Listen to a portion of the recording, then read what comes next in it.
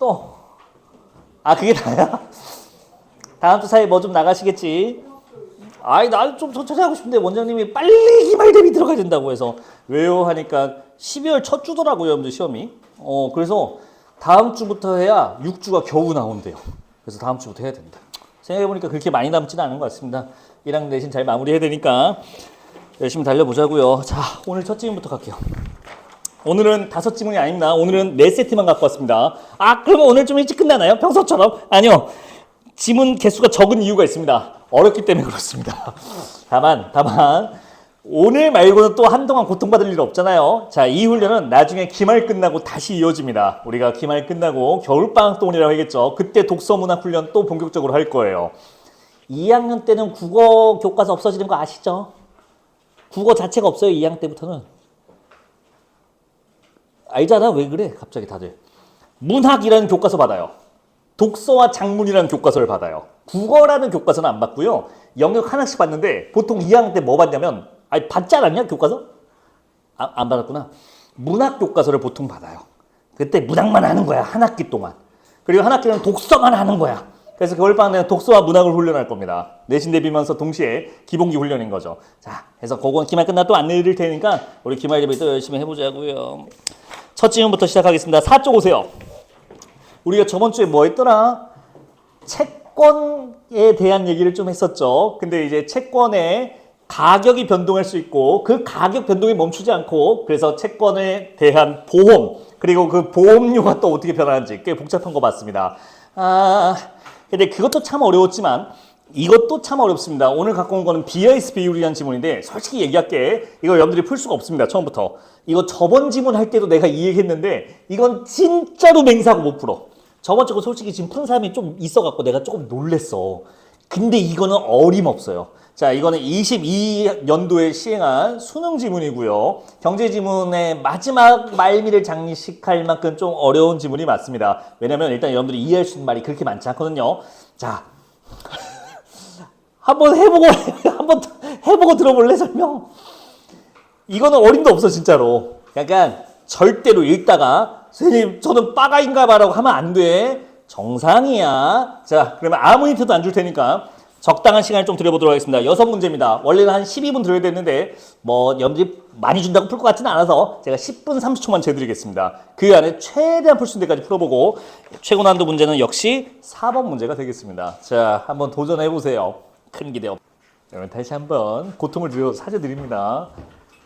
내가 뭐 고난도 할 때마다 맨날 하는 말인데 이 얘기 또 해도 되겠네요. 지금 여러분들이 푸신 지문이 2020년 이후에 나온 경제 지문 중에 가장 어려운 지문입니다. 가장 최근 기출이고요. 그러니까 이걸 지금 못 푼다고 해서 뭐 위로하려는 게 아니라 이게 끝판왕이에요. 여기가 끝이야. 여러분들에게 남은 시간은 2년 정도 남은 것 같네요. 네, 2년 안에 이걸 풀 수 있는 존재가 되면 여러분들을 서울대에 보내주겠답니다. 그런 의미예요. 약간 생각보다 별거 아닐 수도 있어요. 지금 당장 우리한테 마주했을 땐 좀 고통스럽지만 우리가 2년 동안 공부했는데 이거 하나 못하겠어요? 할 수 있는 존재가 되면 됩니다. 자, 그러면 제가 이 지문을 설명드릴 건데 일단 오해하지 마세요. 제가 칠판에 써놓고 오해하면 안 돼요. 나한테 경제 수업을 하려고 하나? 아니요, 저는 제가 경제를 뭘 합니까? 나 몰라. 참고로 나는 재테크도 안 해서 맨날 원장님이 갈고 결혼하기 전까지는 저는 그 저금이라는 걸 따로 뭐 예금 적금을 해본 적이 없어요. 저는 그냥 체크카드 통장 하나 있어서 들어오면 그냥 거기다 쌓아놓고 그냥 썼어요. 얼마인지도 잘 모르고. 경제관념이 없다고.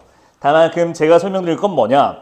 이 지문의 구조와 여기 나열되어 있는 정보들을 어떻게 처리했어야 되는지 우리가 그냥 읽었을 때는 뭔 소린지 왜 감을 못 잡았는지 그 부분에 대해 얘기를 해드릴 겁니다. 그러니까 이 안에 세부 내용은 나도 몰라. 다만 이거 분명히 국어 시험이었습니다. 국어에서 이 텍스트를 처리하기 위해 즉 우리한테 요구하는 능력이 뭔지를 좀 보여드릴게요. 자, 맨 처음 가도록 하겠습니다. 여러분들 근데 1문단은 경제지문이 아니야. 법지문이야. 법지문. 법에 대한 얘기였습니다. 여긴 내가 조금 알거든. 다만 이렇게 읽으셨나요?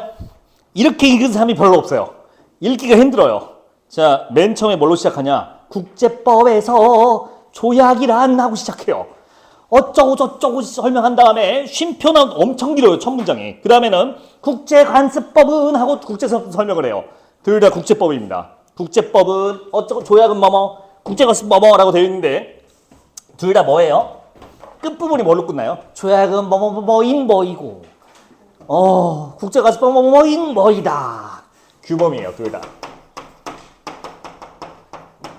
국제법은 조약이든 국제간수법이든 조약이구만 이렇게 읽는 거였습니다. 이게 바로 첫 문장이에요. 어때요? 괜찮을까요? 아마 중학교 때 뭐 글읽기 방법, 뭐 화제 찾기 이런 거 만약에 해보신 분이 있다면 이런 말 어디서 들어봤을 수도 있어. 반복되는 말이 중요한 중심 화제다 막 이런 말 들어봤을 거야. 규범이라는 말이 지금 반복되고 있어요. 국제법에서 우리가 체크해야 되는 거는 국제법은 규범이구나 라고 하는 거고요. 그리고 같이 좀 더 독해력이나 어휘력이 좋으시면 이것까지 읽었을 수 있어요. 조약은 의무를 명시적으로 합의하는구나. 의무를 합의한다. 근데 의무는 해도 되는 거야? 해야만 하는 거야? 해야만 하는 거 알고 계신가요? 여기서는 또 어휘가 도움이 됩니다. 의무는 해야만 하는 거. 이걸 합의한 거야. 그리고 국제법은 지키고 있는 이라고 써져 있어요. 약간 둘 다 뭐야? 지켜야 하는 것들인 거야. 의무인 거야. 규범의 뜻이었어요. 자, 그 다음에 갈게요. 여러분들 여기다 체크 한번 해보실래요? 세 번째 줄 끝부분 반면에 라는 말로 시작하는 거 볼 수 있을까요? 세 번째 줄 끝부분 반면에 여기다 체크하세요. 왜 반면을 체크해야 되냐? 뒤에 나올 얘기가 이미 예상이 돼야 돼요. 뒤에 나올 얘기는 규범이 아니어야 됩니다. 정해져 있어요, 이 반면에로. 그래서 뭘로 시작하는지 볼게요. 자, 반면에 좀 길지. 경제 관련 국제기구에서 어떤 결정. 이게 다음 말이야. 제가 그래서 이렇게 써놨어요. 국제법과 반면에로 묶여있는 대조되는 속성을 뭘로 갖고 왔냐? 지금 읽은 거예요. 경제 관련 국제기구의 결정. 요거예요.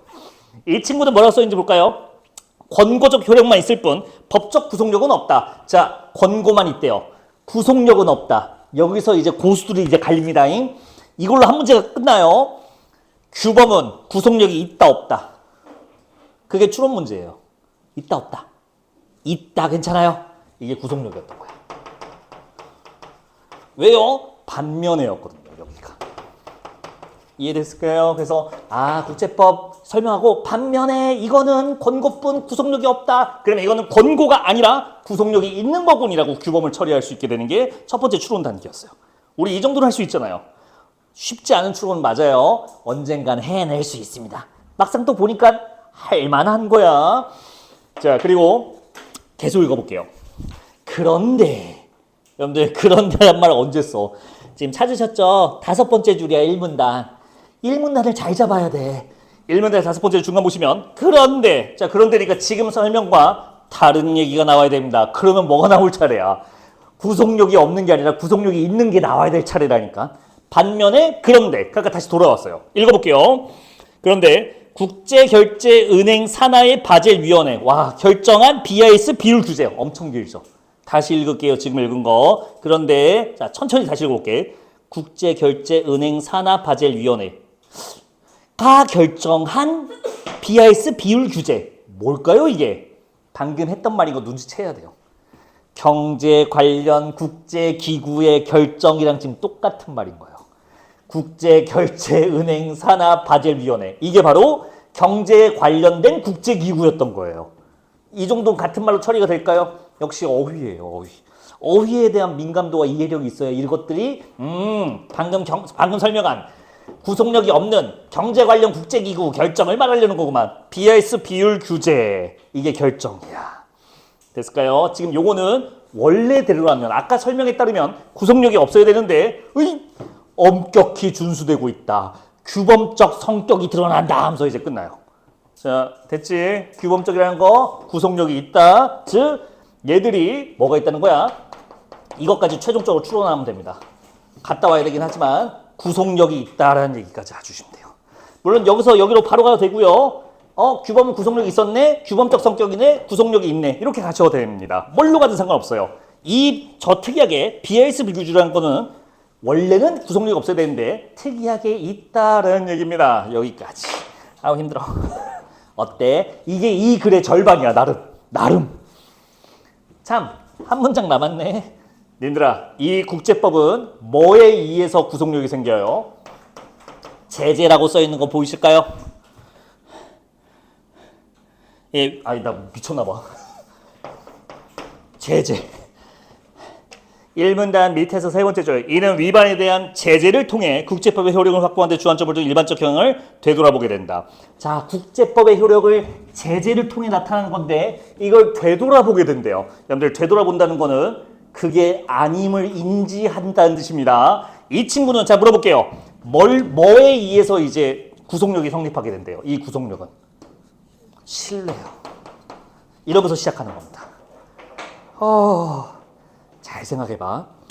1문단과 2문단이 여러분들이 처음 읽었을 때 기분이 어땠냐? 굉장히 불쾌해요. 1문단도 기분이 안 좋은데 그래도 참을만 했거든. 2문단 시작하는 순간 여러분들이 기분이 굉장히 안 좋아진다고. 왜 그럴까? 갑자기 이 얘기가 왜 나와라는 얘기로 생각하면 우리가 불쾌함을 느껴요. 하지만 여기까지 제대로 이해했다면 이제 BIS 비율이 8% 이상에 대한 얘기 나왔을 때 그렇게 해야 신뢰랑 관련이 있구나라고 하면서 들어가면 이게 읽을만해집니다. 자, 가볼게요. 이게 왜 죽여 있는지. 여러분들 이 문단은 제가 좀 읽어볼게요. 판서를 안 해놨어요. 공간이 부족해서. 이 문단 첫 줄 보겠습니다. 네모칸 되어 있죠? BIS 비율. 이게 뭔지부터 설명되어 있습니다. 가볼게요. 은행의 재무 건전성을 유지하는 데 필요한 최소한의 자기자본 비율을 설정하여 궁극적으로 예금자와 금융 시스템을 보호하기 위해 바젤위원회에서 도입한 것이다. 이거 뭔 말인지 이해했어요? 건전하다라는 개념을 조금 상식으로 알고 있어야 됩니다. 우리 저번에 채권 공부할 때 비슷한 거 했는데 여러분들 이거 기억 안 나면 그냥 뭔 소리 하고 넘어가도 돼. 근데 저번 수업이 기억나신 분은 한번 떠올려봐. 클리닉도 보험하고 했었지. 프리미엄 어려웠지 그거 클리닉 때. 생각해봐. 저번 주에 배운 것 중에. 여러분들 보험사가 보험료를 받잖아. 근데 똑같은 조건이면 보험사가 더 든든할수록 보험료는 올라가 떨어져. 올라가는 거 기억나세요? 우리 상식이었어요. 그러면 그 보험사가 든든한지 아닌지를 어떻게 판단했었어요? 그 보험사가 발행한 채권의 등급을 통해서 알 수 있지 않았을까요? 근데 여기서 이어져요. 그 보험사는 왜 채권을 발행했을까?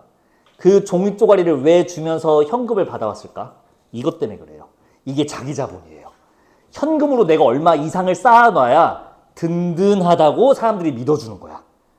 BIS 비율이 바로 그겁니다. 자기 자본, 최소한의 자기 자본을 설정하래요. 식을 한번 볼까요? BIS 비율을 이렇게 표현하겠답니다. 하얀색만 보세요. 일단은 이따가 색별로 보는 거 알려드릴게. 하얀색만 보세요. 위험 가중자산, 이 분모값이고요. 분자가 자기 자본입니다. 자, 몰라도 돼요. 내가 이걸 나도 몰라요. 하지만 우리는 알 수 있죠. 이 BIS 비율이 여러분들 자기 자본이 뭐야? 내 돈이잖아. 커야 좋은 거야? 낮아야 좋은 거야? 8% 이상이어야 된다. 커야 좋다는 뜻이야. 그리고 우리가 어휘로 또 해볼까요? 위험이 가중되어 있는 자산. 우리 저번 주에 신용 위험 배웠던 거 기억나? 그 위험이 크면 클수록 불안한 채권 아니었나요? 부도날 수도 있는 채권이었잖아. 그 위험을 계산한 자산분의 자기 자본의 비율을 따질 건데 8%가 넘어야 된다. 님들아, 그러면 8%가 넘어야 되는 상황이니까 자기 자본은 커야 좋은 거야, 낮아야 좋은 거야? 커야 맞추기 좋은 거지. 자, 반대로 분모는 어때요? 작아야 좋은 거죠. 그럼 이렇게 하면 되겠죠. 위험한 자산은 적을수록 맞추기 좋은 거야. 자기 자본, 네가 들고 있는 돈이 많으면 많을수록 이 비율을 맞추기 쉬운 거야. 괜찮을까요? 든든함을 측정하는 척도가 되는 겁니다. 그 은행이, 그 금융 주체가 얼마큼 든든한 회사인지 증명해봐 하면 어떻게 증명할까요? 하니까 이 그냥 스위스에 있어요. 참고로 스위스에 있는 그냥 조그만한 도시에 있는 그냥 결정위원회야. 진짜 조그매. 근데 여기서 저렇게 공식해서 합시다. 위험가중 자기 자본에서 곱하기 100 때려서 8% 넘으면 안전하다고 합시다. 라고 한 거야, 얘들이. 그것도 권고야. 됐을까요? 그래서 든든한 정도를 측정하기 위해 이 식을 제시했답니다. 이게 이제 여러분들 읽었던 2문단 초반이에요. 3문단 초반이에요. 자, 여러분들 이제 여기서부터 이제 계산인데, 자, 일단 이 값을 어떻게 해야 되는지 알겠죠? 분자가 크면 좋은 거야. 분모가 작으면 좋은 거야. 이렇게 갑시다. 자, 분자가 뭔지 설명해줘요. 여러분들 이거 따라올 수 있으면 따라와봐. 그 식 바로 아래 여기서라고 되어 있죠. 자, 이제부터는 설명입니다. 이제부터는 이제 경제 식을 처리하는, 정보 처리하는 능력이에요. 천천히 갈 수밖에 없습니다. 여기서는 구조가 안 통해요. 순수한 독해력으로 가는 거야. 내가 근데 도와줄게. 이거는 그냥 읽어볼게요. 여기서 자기 자본은 분자값이죠.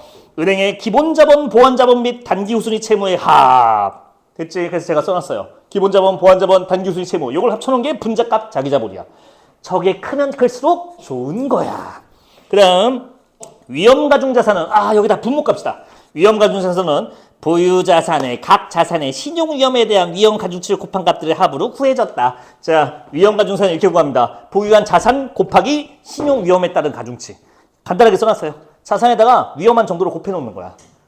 여러분들 위험이 크면 클수록 생각해봐. 그 위험이 크면 클수록 이 값은 어떻게 돼? 커져 작아져. 곱하니까 당연히 커지잖아요.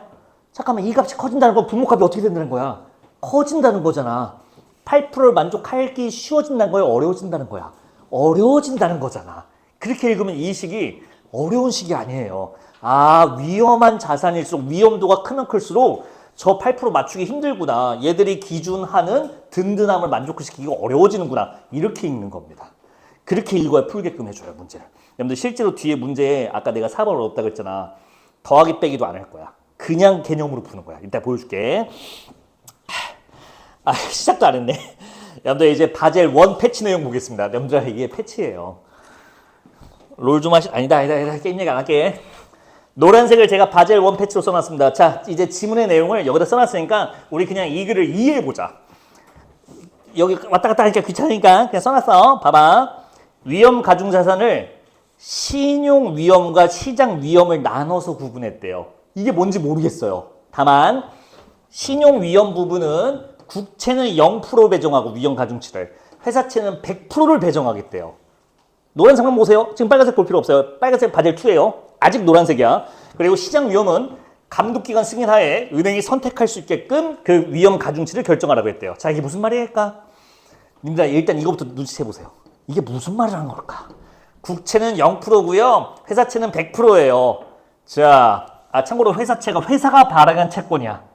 국채는 국가가 발행한 채권이야. 놀랍게도 저번 주에 배웠어요. 이거를 딴 지문에서.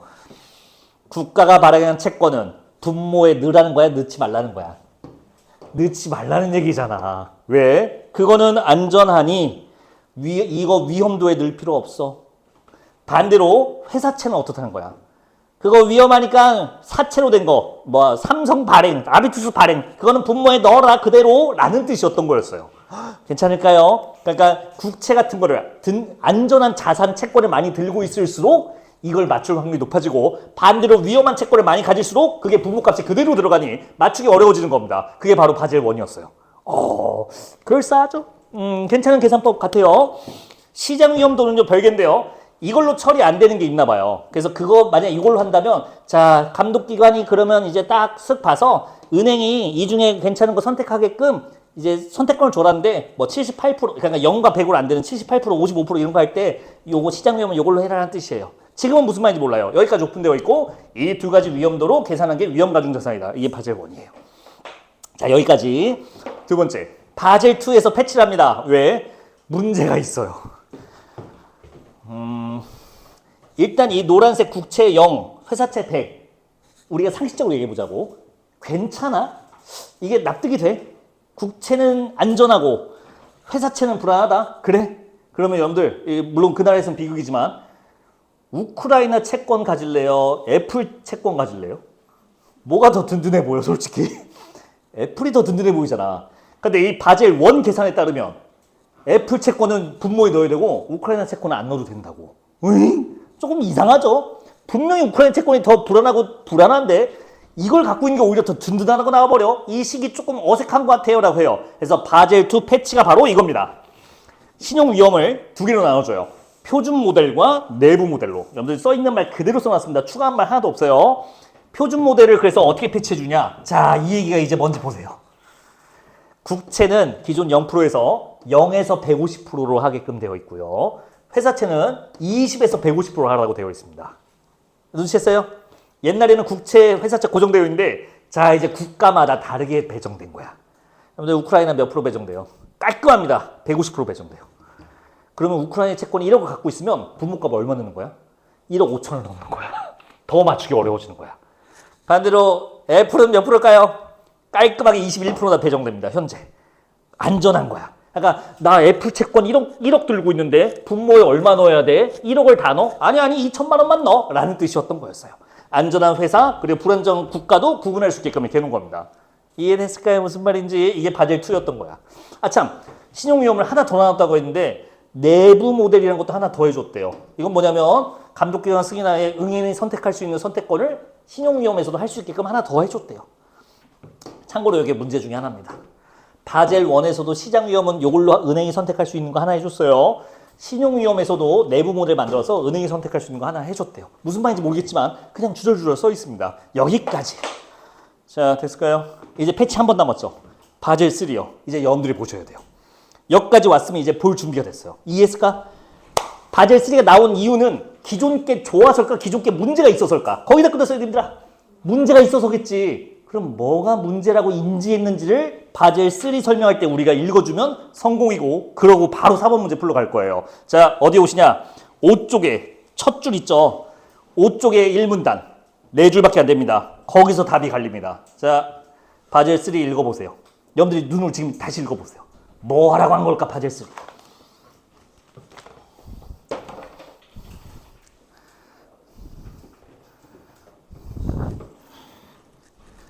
물어볼까? 맞추기 더 쉬워졌어, 어려워졌어? 저 8% 맞추기가 더 쉬워진 거야, 어려워진 거야? 더 어려워진 거 괜찮아요? 개빡세진 거야. 왜? 일단 바젤 3에서 뭐가 제외될 때? 자기 자본에서 단기 우순위 채무가 제외되었다. 자기 자본은 분자값이지. 근데 이 친구를 제외시켰대요. 맞추기 쉬워, 어려워? 어려워진 거야. 분자값이 들어갈 걸 줄여버린 거야. 맞추기가 더 어려워졌어요. 하나 더. 그거 읽어야 돼요. 뭐가 최소 6% 이상? 기본 자본이 최소 6% 이상. 무슨 말일까요? 8% 맞춰야 돼. 이제는 단기우수 채무가 없어졌기 때문에 기본 자본하고 보완 자본으로 맞춰야 되는데 뭔지 몰라 우리는. 근데 보완 자본으로 다 채워버리는 걸 마음에 안 들어있나 봐요. 그래서 이 8% 이상 맞출 때 최소한 기본 자본 6%는 들고 있어랑 이런 얘기였던 겁니다. 괜찮을까요? 그럼 보완 자본으로 맞추는 꼼수를 막을 수 있게 되겠죠.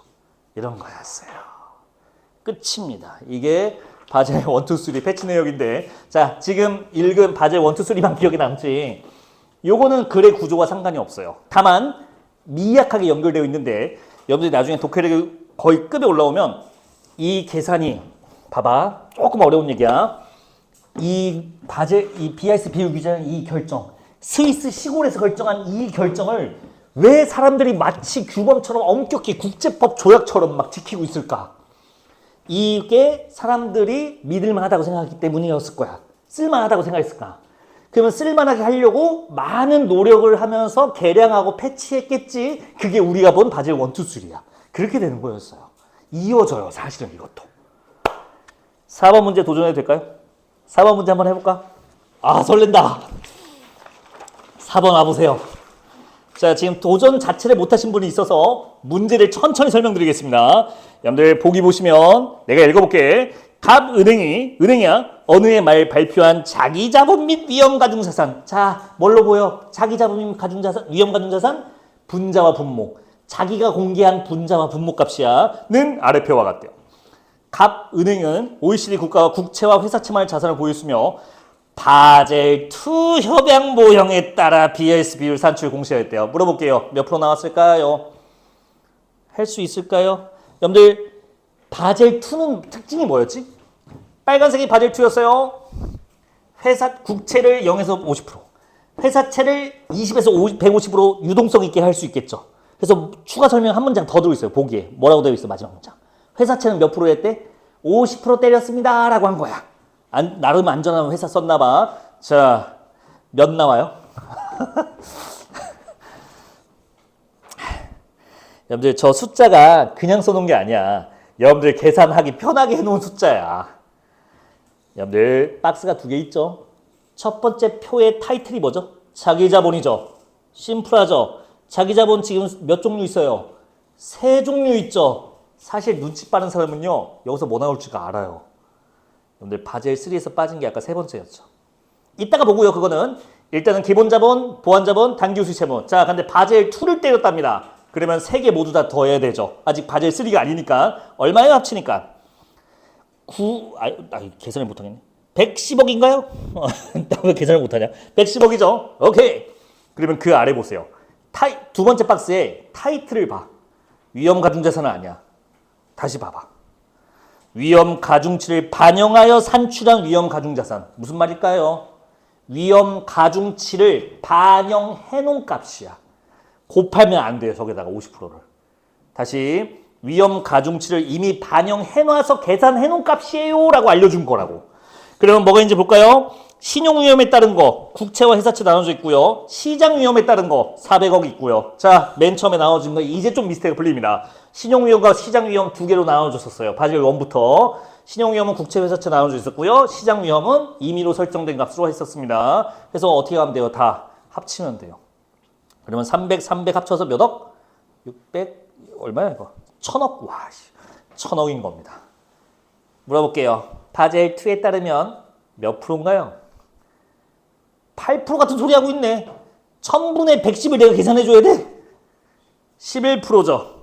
만족했어? 못했어? 바젤이 제시한 8% 이상을 만족시켰지? 그런 거였어요. 선지 1번. 가은행이 공시한 BLC 비율은 바젤위원회가 제시한 규제 비율을 상회했다. 상회가 뭔지 아시죠? 초과했다, 넘었다라는 뜻입니다. 선지 1번 맞는 얘기가 돼요. 답이 아니에요. 이런 식으로 하는 거였습니다. 어때? 할 수 있겠어? 사실 우리는 공부하는 거로 쓰는 거야 지금. 그러니까 우리의 이해의 폭을 넓히자고. 여러분들 우리 감사해 하자고. 2년 전 여러분들의 2년 언니 오빠 형들은 이걸 시험장에서 만났다고. 첫 교시 수능장에서. 기분이 어땠을 것 같아? 뛰쳐나가고 싶지. 내 아는 사람 중에 실제로 뛰쳐나간 사람이 있어요. 진짜로. 이거 말해도 되나? 영상 아니 뭐 설마 보겠어 그 양반이. 동료 선생님인데 정확히는 조교수님인데 끄고 얘기했다. 약간 포기하면 안 돼. 자기가 미래를 맞지 않은 것처럼 나는 망했다. 이 문제 오늘 컨디션 안 좋나? 왜 못 풀었지? 나는 바보. 으엉엉 하면서 뛰어나갔다고. 근데 1등급이 없다고. 그것도 압도적으로. 이래서 멘탈이 중요해요. 그러니까 끝까지 포기하면 안 돼. 물론 삼수에서 잘 갔지만 재수에서도 갈 수 있었는데 1년을 좀 날린 거죠. 그래서 여러분들 절대 포기하지 마시고 열심히 해보세요. 자, 잠깐만 얘기가 좀 샜는데 지금 이 바젤 1, 2, 3 건 거 갖고 4번 문제 우리 하고 있었죠. 여러분들 4번에 선지 5번 보세요. 선지 5번. 답만 봅시다. 이거 너무 오래 끌었다. 미안. 4번에 선지 5번만 보세요. 맞을까 틀릴까? 자기 말았어? 빨리 봐봐. 선지 5번 맞는지 아닌지.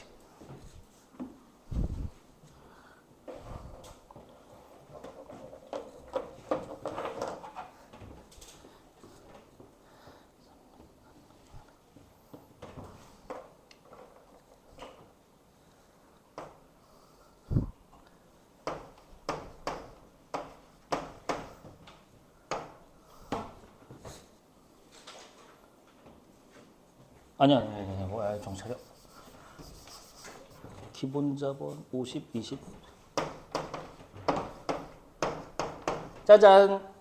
선점은 어떻게 생각하세요? 자, 같이 봅시다. 요거 하고 마무리 해드릴게. 딴 건 가볍게만 볼 거야.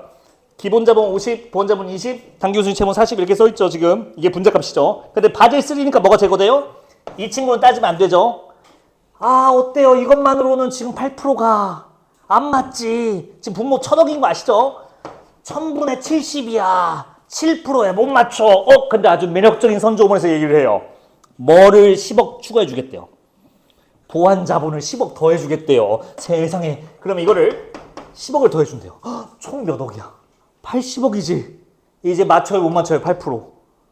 못 맞춰요. 바젤 3의 마지막 조건 뭐죠? 기본 자본이 최소 6% 된다고 써 있었잖아. 이 마지막 조건까지 따졌어야 됐어요.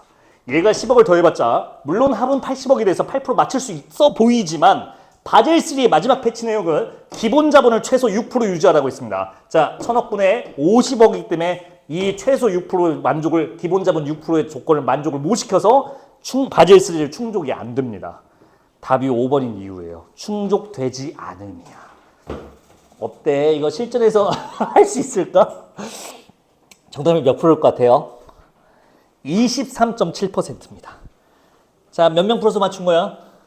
3.7%요.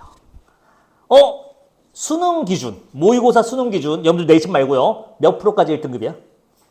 4%까지 1등급이야, 수능은.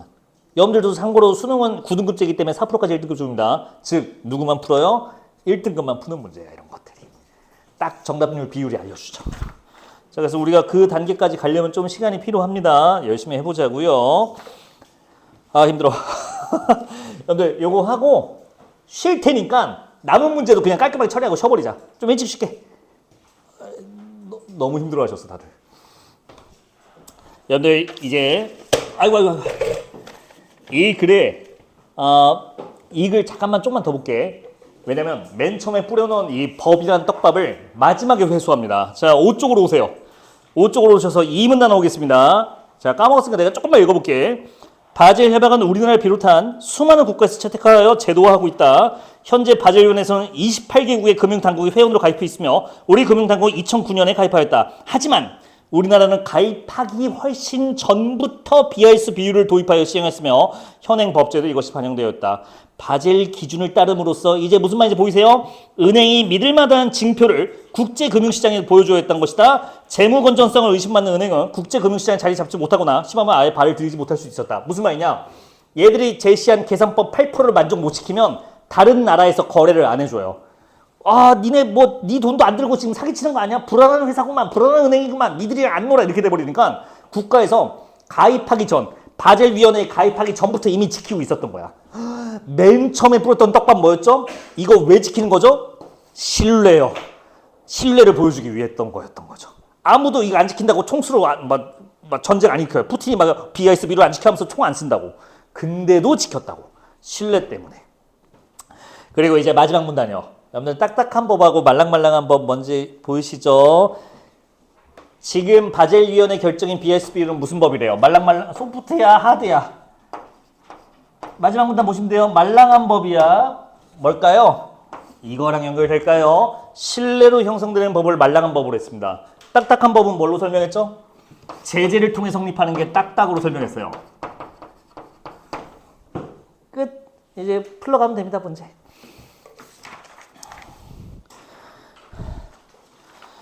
(5번) 문제 봐도 될까요?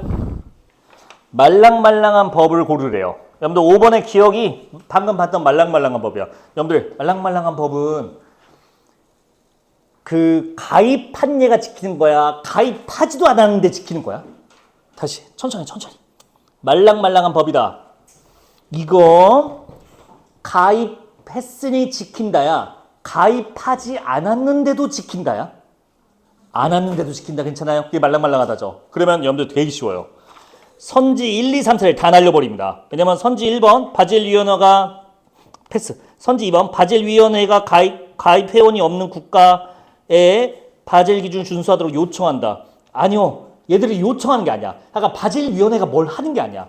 선지 1, 2번을 X한 이유는 바젤위원회는 아무 짓도 하지 않습니다. 그냥 8% 이렇게 계산 한번 해볼까요? 한 거지. 알아서 지키는 겁니다. 여러분들 선지 3, 4번도 답으로 고르면 안 돼요.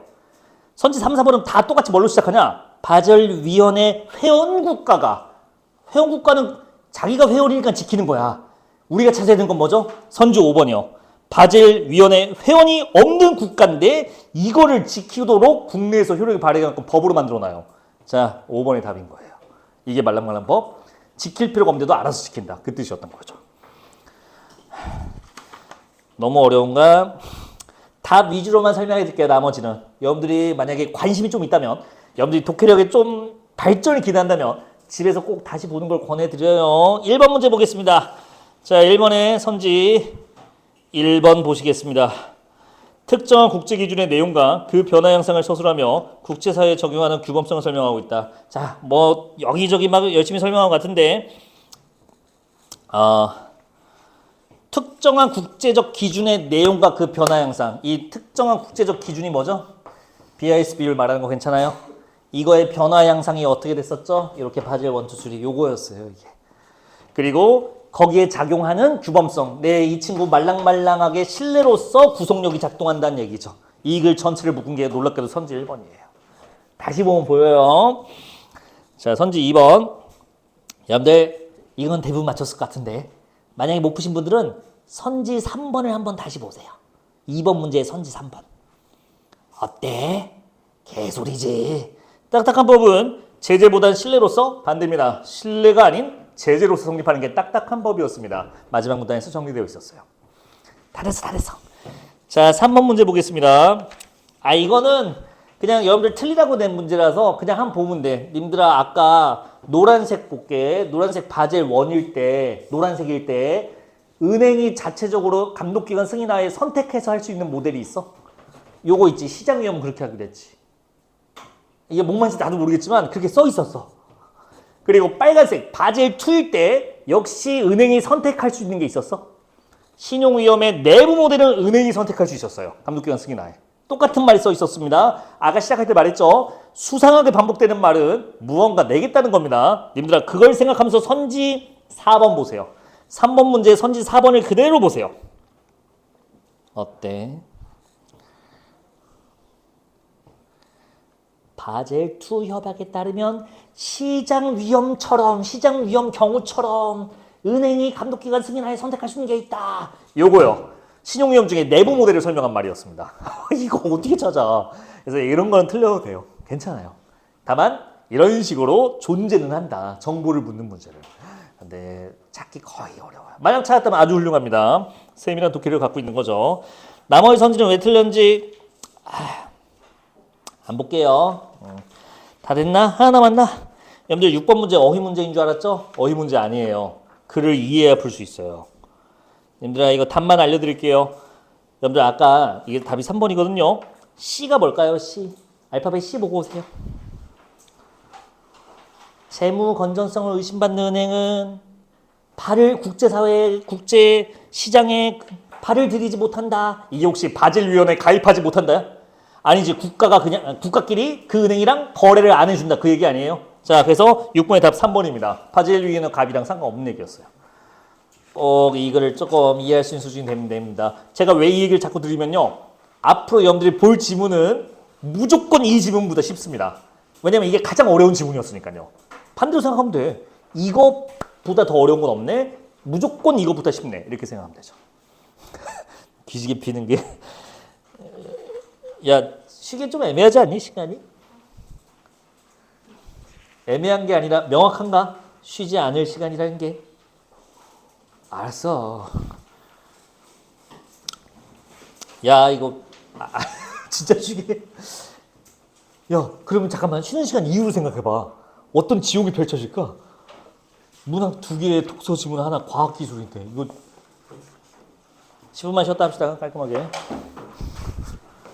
에이.